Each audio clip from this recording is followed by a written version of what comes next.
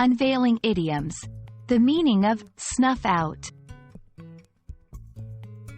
Hello everyone, welcome to our English language learning channel. In today's video, we're going to explore the phrase, snuff out. This is a term that pops up in various contexts, and understanding it can help you grasp the nuances of English conversations and literature. So, let's light up the topic and see how snuff out is used in the English language. The term snuff out originates from the act of extinguishing a candle by pinching or using a snuffer to cover the flame. It has two primary meanings. 1. Literally, to extinguish a flame. For example, she snuffed out the candles before going to bed. 2. Figuratively, it means to put an end to something. This could be a life, a project, an idea, or a movement.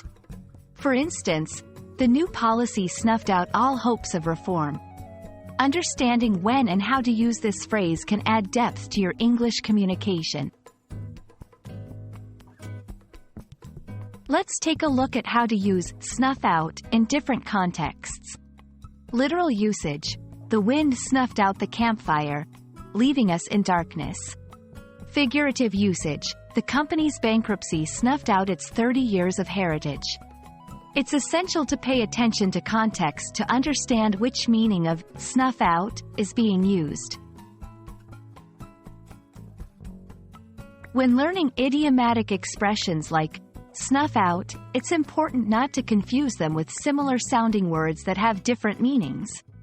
For example, don't confuse snuff out with sniff out, which means to detect or discover something as if by smell. The phrase snuff out can often be found in books, movies, and songs, adding a dramatic effect to the narrative. It's used to describe conclusive and often violent ends to things with a certain gravitas or seriousness. Thank you for watching our video on the meaning of snuff out.